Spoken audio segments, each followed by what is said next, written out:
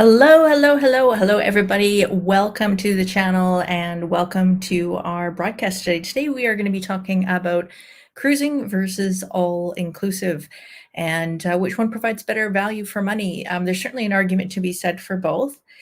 Each one represents different things, and it really depends what you're looking to get out of your vacation. So we're going to dive right into that and go pretty deep and discuss this. Where this all came from is Chris Play Music. Actually, he commented and was asking about cruising and comparing, what's included. Of course, when we go on vacation, we don't want to have a bunch of surprise charges or surprise things that aren't included.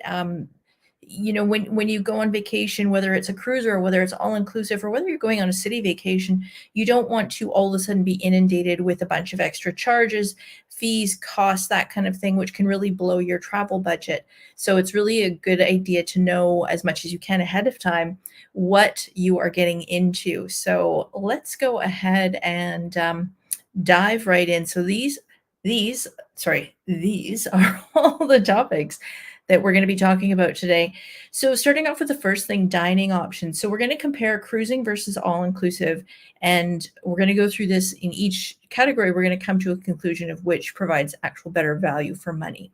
So when we think about cruising, really what's included when you look at the basic package, so without purchasing any of the a la carte dining, the specialty dining, that kind of thing, what you have available to you on a cruise ship is the Lido deck or the buffet dining and the main dining room, and that's pretty much it. Now, what's cool is with the main dining room, they do change the menu every day, which I personally love. The first thing in the morning, I go downstairs, I go head over to the main dining room to see what is on the dinner menu so I can kind of plan my day and decide if that's what I want to enjoy or not.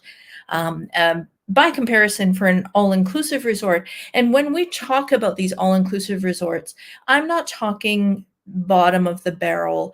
I'm talking, mid to upper range. What kind of resorts would that be? We'd be looking at, for example, a Rio resort, a Dreams, Secrets, Hyatt, Ziva or Zilara. There's several other brands out there. If you're not sure if the resort that you're planning on going to or it falls into the greater scheme of things, feel free to comment. I'd love to hear from you. And also let me know, what do you think for dining options? Which was better option, cruising or all-inclusive? Now, we talked about what you get with cruising. With all-inclusive, the difference is they usually have a buffet, which is open for breakfast, lunch, and dinner.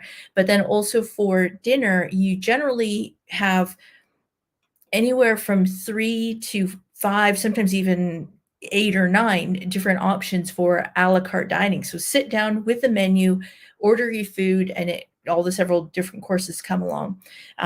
As with cruising, if you want another entree, you can absolutely do that. So it is very flexible.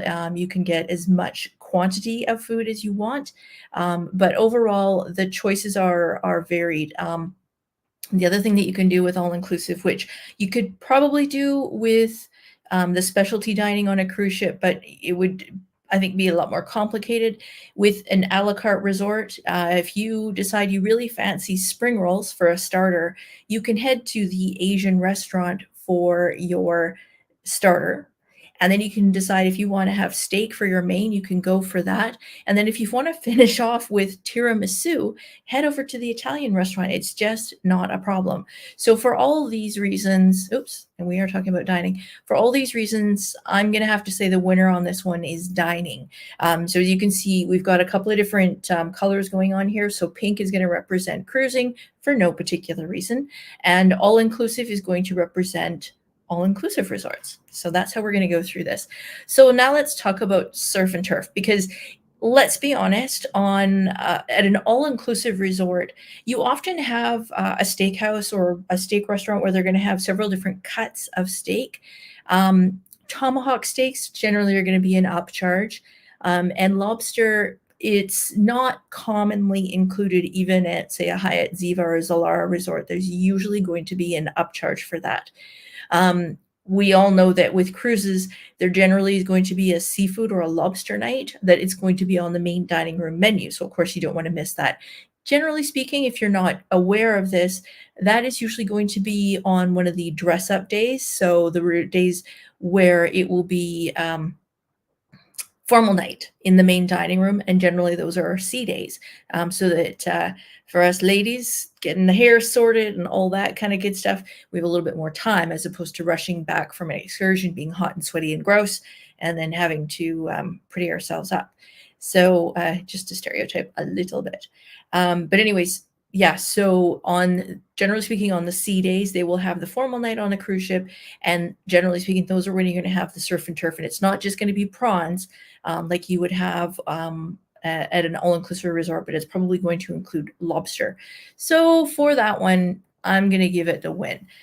Curious what you think so far. Are you agreeing with these choices or not?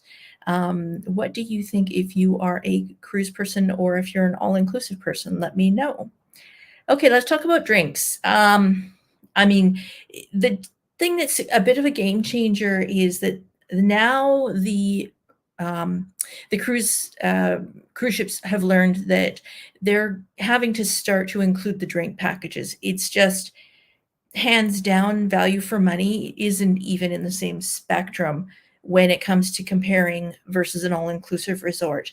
That said, if you're not a drinker, then a really important thing to note is that when you're on a cruise ship, for the most part, if you want pop, or call it soda, if you want that in a can, it's either not available on the cruise ship or it's an extra cost. The fountain drinks are usually included.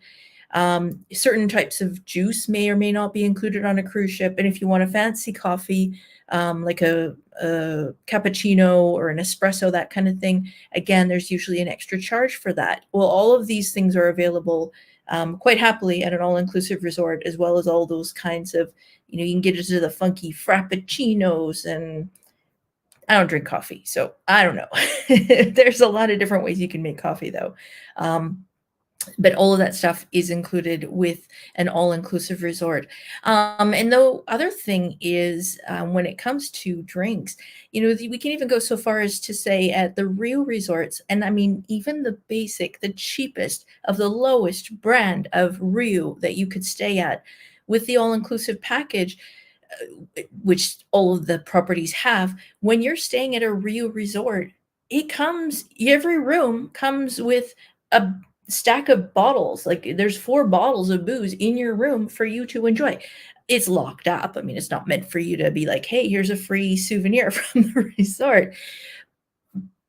But you can drink to your heart's content, and that is all included. So yes, a lot of the cruise lines are starting to include these drink packages now, but they are usually, you're gonna have to pay the gratuities on top of that. Now, we're gonna get into tipping a little bit later. That is, oops, right here. But it's just, and usually there's restrictions on it in terms of drinks on a cruise ship, a package. Usually it's drink costs up to $11, something like that. There's restrictions on them, and up to 15 drinks in a day. Yes, you might have difficulty walking after 15 drinks consumed, alcoholic drinks, but remember that this also includes your non-alcoholic drinks. So if you're cruising on NCL, what I was really shocked at is bottles of water are not included. So if you want a bottle of water, that counts as one of your 15 drinks. Also, if you're wanting any other special drinks, like a special coffee or that kind of thing on a cruise ship, that is going to be extra. Christine's saying interested in Virgin. Yeah, they have a really weird system, and I'm kind of hoping that Sea Lake Journeys is going to pop on with us, because they just sailed on Virgin, and it was really interesting to see some of their videos. So they are, I'm going to post their thing here. They are at Sea Lake Journeys, and they are like I said, they just came back from a Virgin Voyage cruise, and I know on some of their videos, they were planning to talk about the drink packages a little bit. So, yeah, it might be worth checking out their channel as well. And Lindsay is saying, used to think cruising was better value, but lately it doesn't feel that way. Yeah, and you know what? I agree. They are trying when they're adding all these different things like the complimentary drink packages, more shipboard credits, some of the a la carte specialty dining included. They're trying, and it's probably going to get there. But I think based on everything that we've discussed so far, hands down, drinks, the winner on that one is the all-inclusive side. Let's talk about daily activities. Certainly if you're at an all-inclusive resort, they usually, they're trying to go digital now. So they usually have a big TV on the wall that's going to say all the activities for the day. And, they do include different things, like they have guacamole lessons, they have Spanish lessons. They also have, sometimes it's a little bit more unique stuff, especially like at the Hyatt Ziva, their kids club, and I think we're not talking about kids club specifically. So the kids club at the Hyatt Ziva, for example, in Riviera Cancun, they have crazy crafts. Like they had one thing where they would do a mold of your hand in wax, which you could then take home with you. You could decorate baseball caps and adorn them with different decorations and stuff like that. It was pretty cool, I have to say. Jane, hey Jane, how you doing? I'm going to all-inclusive in the Dominican Republic, DR, Puerto Plata. What are the best resorts?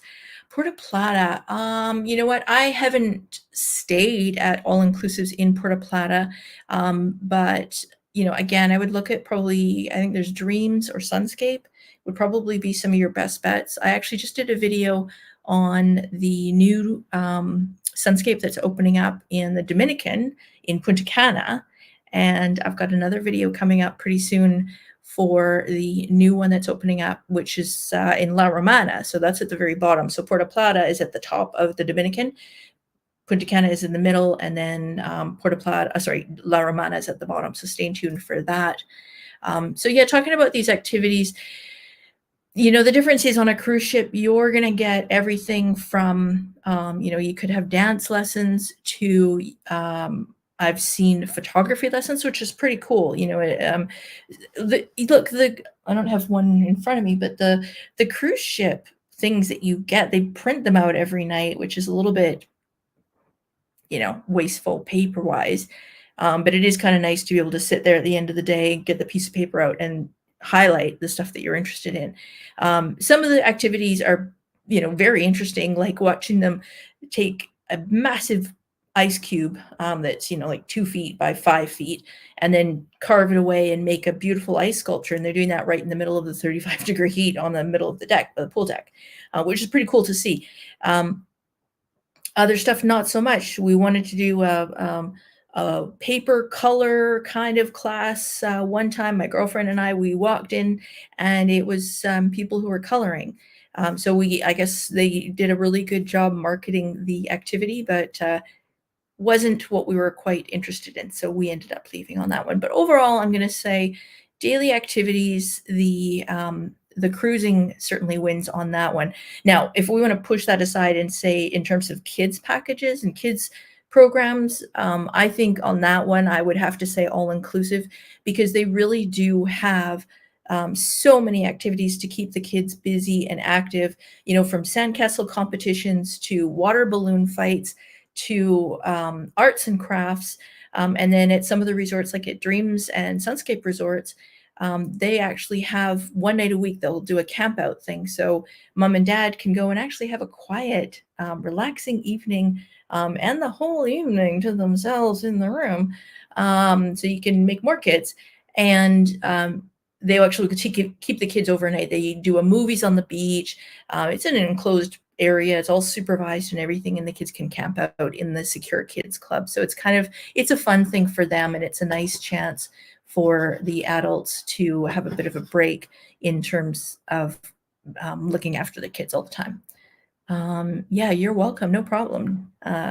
Anytime I can help, I'm happy to share. Okay, let's talk about evening shows, because this is probably pretty significantly different between the two. With cruising, I mean, their shows are pretty amazing. You'll see Cirque du Soleil shows, magicians, comedians, as well. Some of the best trips that I had were where, on a princess ship, there was a piano sing-along. So the guy, he was kind of a comic, and he would be playing the piano, and then he would be singing along, and he was completely engaged with all of us cruisers. And so we were singing along as well. It was a huge, I mean, every night it was the thing that we looked forward to most. With the resorts, they will have some pretty spectacular stuff too. I've seen fire dancing. I have seen Cirque du Soleil type stuff that's over top of the pool. So there are some pretty remarkable shows out there. Those tend to be more, again, Hyatt Ziva or Hyatt Zilara properties. Whereas, you're getting into dreams, secrets, the Rius, that kind of thing. They're definitely going to have a show, and they will bring in private entertainers, like professional entertainers, who work in the area and kind of rotate through the different hotels. And they'll do impersonations. I always loved seeing the Michael Jackson tribute after Mamma Mia came out. Of course, that was another really popular one. But overall, I have to say that in terms of the production quality of the shows and stuff like that, that's got to go to the cruise ships, because there's a lot of time and money put into that. And certainly, I think from an all-inclusive perspective, and especially going back to the drink. Oh, I keep doing it the wrong way. The drink situation, because that is all inclusive. You're going to have a lot more people who drink at an all-inclusive resort. It doesn't mean to say that there aren't people who don't drink that go, or pregnant women who can't and shouldn't drink, who go. But for the most part, if people are abstaining for whatever reasons, that tends to be more of a cruising thing, because again, back to the activities, back to the evening show, there's a whole lot more going on. It's not like finish your meal and go back to the cabin and watch TV. So, yeah. Internet. I mean, this is a no-brainer. When you're on a ship in the middle of the ocean, yes, a lot of them are offering it. A lot of them are including it now, as part of the packages, that kind of thing. But I mean, come on, it's not great, and you're usually limited to one device per person. You're usually restricted in terms of it's not top speed, and there may even be limits in terms of your overall capacity, or the quantity of data that you've consumed. So, for me, that doesn't work. For you, it might be fine. But when it comes to an all-inclusive resort, some of them have smart TVs right in the room. So if you want to watch Netflix, or hey, maybe you want to turn on YouTube and watch some of my videos so you can plan your next vacation before this one's finished. Anyways, but they do have, I mean, I don't remember the last time I was at an all-inclusive resort that didn't have Wi-Fi included. I mean, I've stayed at 12 since COVID, 12 different properties. And certainly all of them not only had multiple devices per room. I think the Hyatt Zilara Riviera Maya that I was at last Christmas, that has to be the winner. I logged onto the system to get into the Wi-Fi, and it said one of 99 devices. So, I mean, yes, I've got a lot going on, but I don't need 99. But if I wanted to, I could. So that's good to know. And super fast speeds. So whether you're, for my example, I'm uploading videos. In your example, you might be FaceTiming the kids back home, or your friends back home, or your colleagues back home. You might have to do a Zoom call for work. You can go away for the week, but you've got one call you've got to make. No big deal. You go to your room, you log in, you can do your Zoom call, and then you can head out back to the pool. Giddy up. It's all good. So, for all those things, you're going to want to have high-speed internet, and you can definitely stay connected. So for that one, I got to say all-inclusive is the winner. And again, now, if you are enjoying this video, please consider liking and subscribing. Don't forget to subscribe so that you don't miss out on future videos. That'll going to give you It's also going to give you notification of when future videos come out, so that you don't miss anything. So do consider subscribing. And we have a new feature as well. If you're interested, we're doing channel memberships now. So if you are interested in a little bit more behind the scenes content, sneak previews of videos, as well as member only content, we've added that. So would love for you to join in. 4 different levels, as you can see: beach bum, jet setter, globetrotter, and world traveler. And with world traveler, it is the most expensive option. But with that, it does include vacation consultations. So if you want to pick my brain about your next trip, where you want to go, I'm here. Just sign up, and it really helps out the channel. So thank you for that in advance. Okay, let's talk about room service now. Room service is included with some cruise lines, not all. Some of them have a charge. Some of them charge for the food. For the most part, like all of these resorts that I've mentioned, now with the RIUs, some of them will have a service charge. The more basic basic hotels, they call them RIU Classic. So if it's a RIU, there's RIU Palace and there's RIU Classic. If it's not a Palace, it is a Classic by default. Generally speaking, those either don't have room service, or it's limited hours, or there's a fee for it. But if you're staying in on one of the other properties, Sunscape Dreams, it used to be called now. Some of them are called now. Secrets, Breathless, Zoetry, Hyatt, Ziva Hyatt, Solara, all of those include room service. You can order as much as you want, as many times as you want. There is no fee for it. There is no charge for it. So that is always great. With the cruise ship, sometimes you'll get, you can order breakfast or coffee to your room. With all-inclusive, that's another big difference, is even if you have the drink package on a cruise ship, you cannot order drinky drinks to your room. So let's say you're cruising Alaska, you've got a beautiful balcony cabin, and you just want to enjoy a glass of wine while you're cruising. Oh, and I can't even remember the name of the parks. Glacier Bay. You're cruising Glacier Bay, and you want to enjoy a glass of wine while you're all cuddled up on your balcony in a blanket. It's not going to happen. Whereas with, or not without a fee, with an all-inclusive resort, yeah, I mean, for the most part, there's some that may have restrictions on it, but heck, Breathless, they give you a tablet. It's in your room. If you want to have a drink, or you say, well, look, I'd like a margarita, but I'd like it to be a spicy jalapeno margarita with a tahini rim on it, you just put that in the comments and they'll deliver it to your room. Like, it doesn't get much better than that. So again, I got to go room service. The winner on this one is all inclusive. And do let me know if you're agreeing with these choices so far.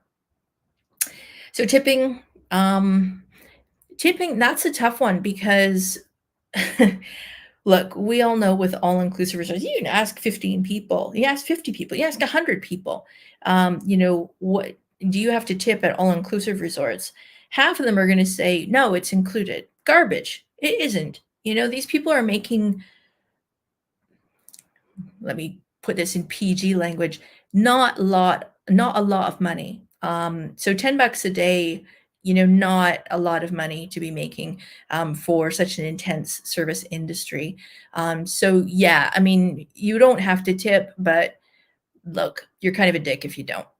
So we'll just leave it at that. But I mean, yes, it is optional. People say, oh, okay, now let me back that up a step. There's been times when I've run out of cash.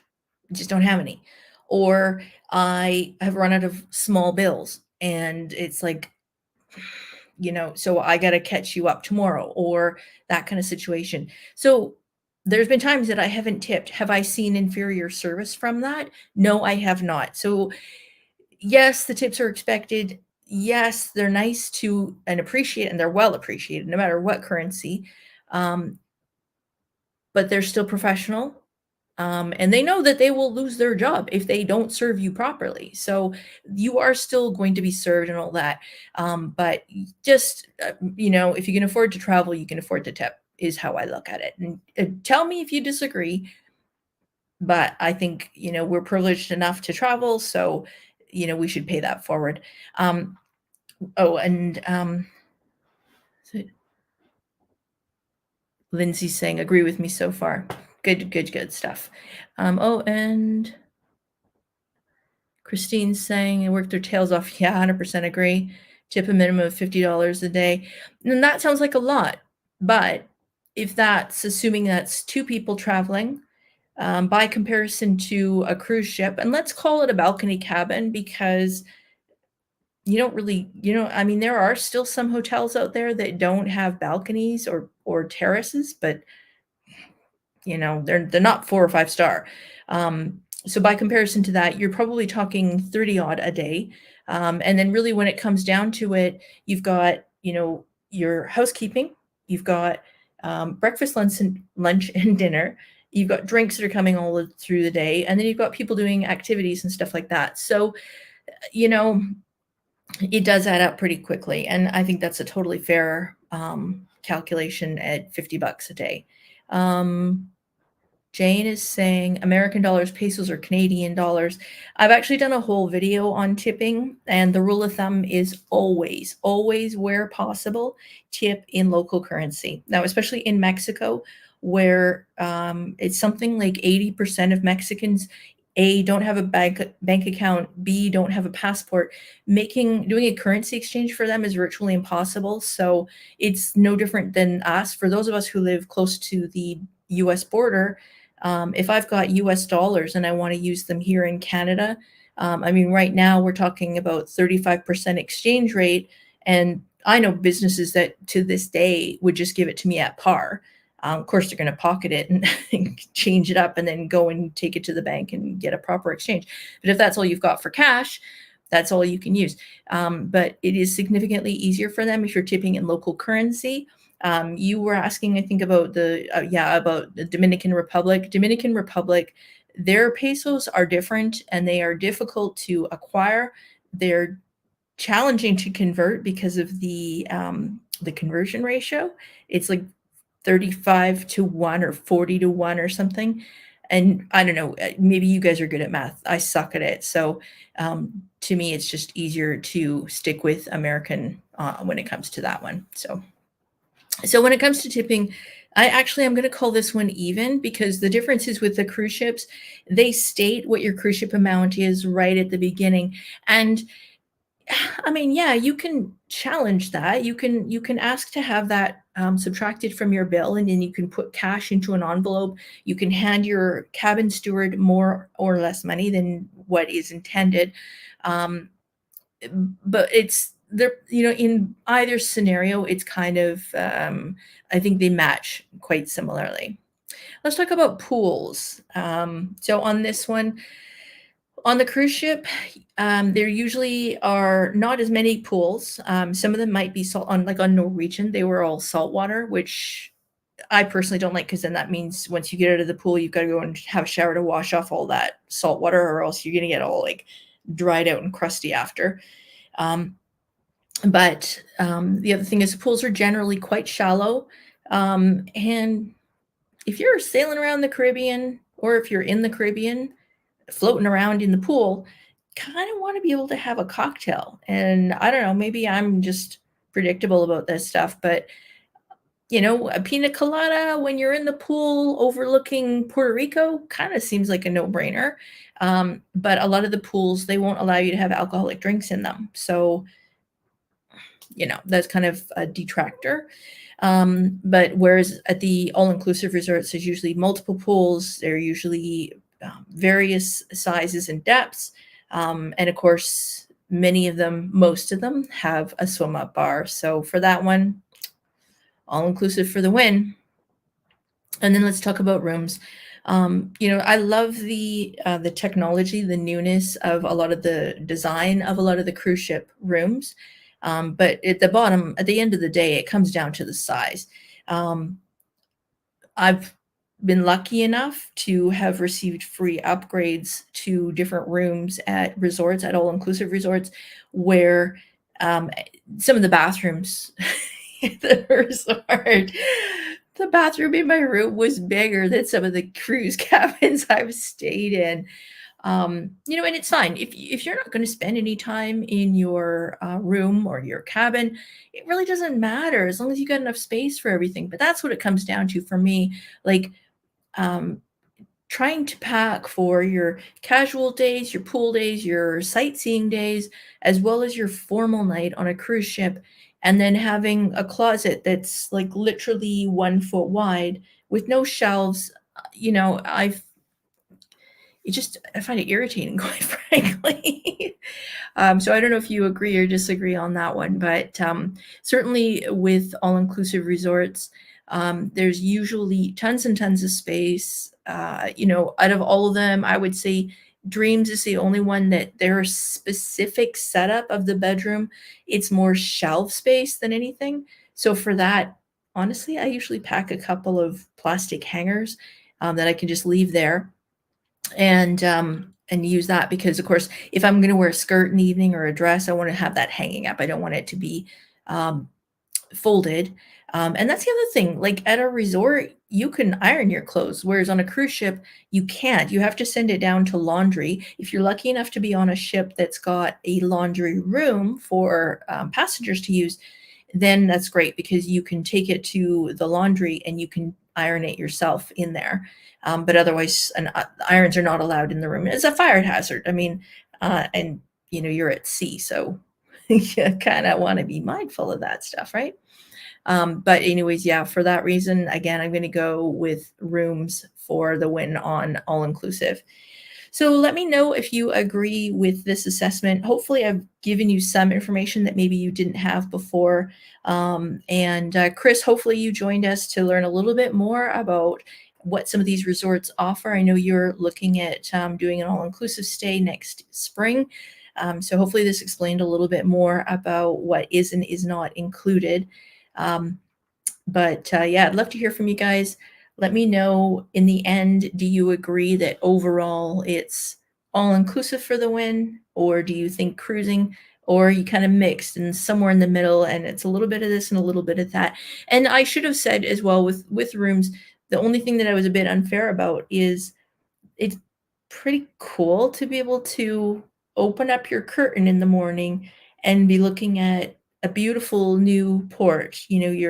You're on the beach of St. Thomas, you're pulling into Puerto Rico, you're coming up to those crystal clear aqua blue waters of the Bahamas.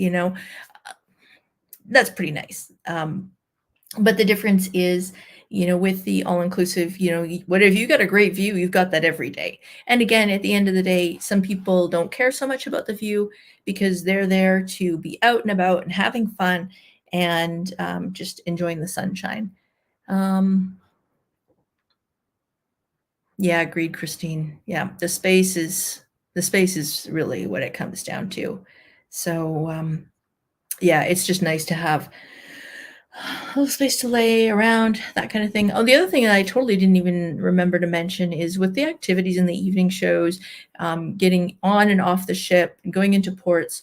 If you are the type of person that wears a watch and is always checking the time and where do I have to be, what do I need to do, where do I need to go, cruising can feel like an extension of that. So when you go on vacation, it's not just to rip off your watch, throw it on the bed, and be done with time as a concept. All inclusive, yeah, that's pretty much what it is. It gets dark out, you eat dinner. It's light out, it's sunrise, you go eat breakfast, and you eat somewhere in between. Go to the pool, do this, do that, whatever. There's less time restrictions. Whereas when you're on a cruise ship, if you get off the boat, you got to know what time to get on because otherwise your stuff might be in another country the next day and you're stuck there. Because if you miss your cruise departure time, that's on you. And even sometimes if you are with the cruise ship excursions, it's funny. Some people have said, well, the cruise ship, they're going to wait for us. Sometimes they will, sure, if it's possible. But I mean, when you're talking the amount of people who are required at a port to assist with the ship coming in, leaving, that kind of thing. We're not talking, hundreds of dollars. We're talking hundreds of thousands of dollars if that ship is delayed from leaving the port on time. So no, they would obviously wait for you if they can, but not always. And Lindsay is saying, think they cost the same. Resorts have larger amenities and to me are more relaxed, and cruises have a lot going on all the time. It's nice to visit more than one country during a trip. Yeah, 100%. And that's why I do enjoy taking a look at the activities list for the next day and kind of planning things out. And some of the things that I learned the hard way were that some activities are only offered once. When I sailed just before COVID, to my dismay, I skipped the behind the scenes ship tour. And if you know me, I love the behind the scenes stuff. I like to understand the inner workings. I like to understand, what it looks like on the back end, what's happening, that kind of thing. And they only have this tour once. And now that they've restarted cruising, some of them aren't even offering this anymore. But the one thing that they are offering that they still do is the captain chat. It's not always, usually it's with the captain and usually with some of the senior deck crew or the senior officers. And these are absolutely fascinating. They're usually at the end of the cruise. And it's where they kind of do a roundtable. They'll chat a little bit and give you some insider info on the cruise. And then you have the option to ask any question you want. So when I sailed up to Alaska, it is always kind of wavy. So if you're looking at going to Alaska, do know that from Vancouver, it usually has that bit of that corkscrew wave going on. So honestly, by the second day, the first full day of sailing was a sea day for us, and literally half the ship was sick. And so it got so bad that the captain actually pulled into Juneau early. He pulled in at like 2 in the morning.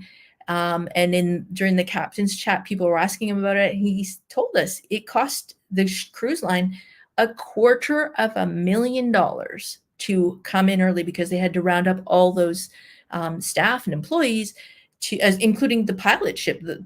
When a cruise ship is going into port, they usually have a pilot ship, which means to say somebody who lives there, who brings in the ships all the time, the bigger ships. And so they had to pay to bring them in. So that was really fascinating. So if you do have a chance for that, I highly recommend that. What's Lindsay saying? Just wish on tipping both resorts and cruises included tips and paid their workers better to compensate for tips. There are many workers behind the scenes who also deserve tips. Yeah, I 100% agree. What I do like to hear, and most of the staff are pretty happy to tell you what the deal is, for example, if you're sitting at the pool area and there's often many different staff that are working it, a lot of times they'll pool their tips. So anybody from the outside pool areas, usually they will collect and share between the bartenders, the waiters, the servers. So they'll all share whatever's collected. So that's good to know. But yeah, there's certainly a lot of the other workers who are doing stuff, the people who are doing the reservations, the people who are taking care of the front desk, because they're front facing, but they're not getting tips. From my understanding, they are paid a little bit more as well. So it is slightly different depending on that. By included, I mean raise prices so it's all encompassing, and cruises should not allow them to be pulled. Yeah, yeah, yeah. I mean, imagine if you if you have a really bad experience, sure, but the people have still done the work. So to that regard, I would say if you have a bad experience, go talk to somebody. Don't complain about it. Don't write on TripAdvisor a bad review. Don't tell all your friends how awful. Well, tell them if you want to, but first go to management. Tell them what happened. Give them an opportunity to make it right, because chances are they will, or they're going to at least try. But it's still, like I said, at the end of the day, the people still did the work. So Where am I heading to next? Undecided. Probably Mexico, not sure where. Oh, Jane's asking the same thing. Common question. So not earlier this year, a couple of months ago, I actually changed my cell phone providers.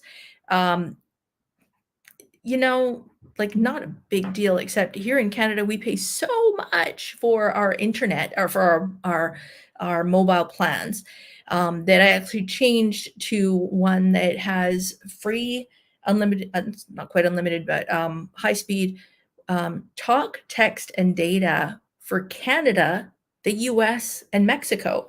So I'm quite excited to go to Mexico and give that a whirl.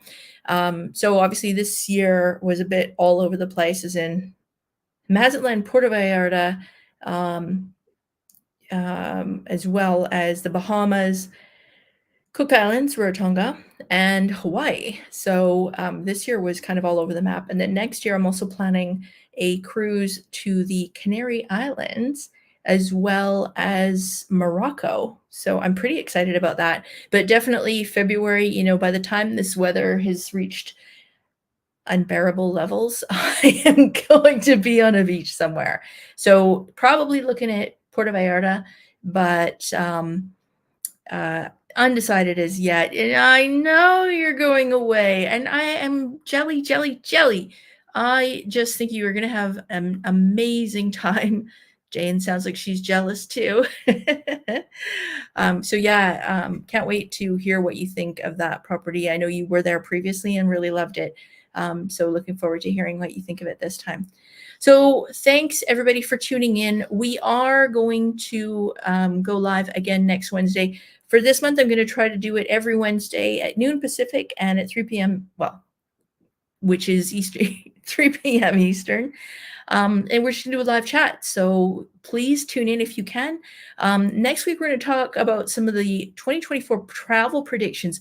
So I'm already starting to see some really interesting stuff that's going on for next year. I don't want to spoil it too much, but some really good news. And I've also got a couple of videos coming up very shortly about more brand new resorts that are opening up. So there's like I'm always excited about travel. But look, it's been 42 minutes that I've been talking here, and I could talk for another 420 minutes. I love talking about travel because I love travel so much, just like you guys.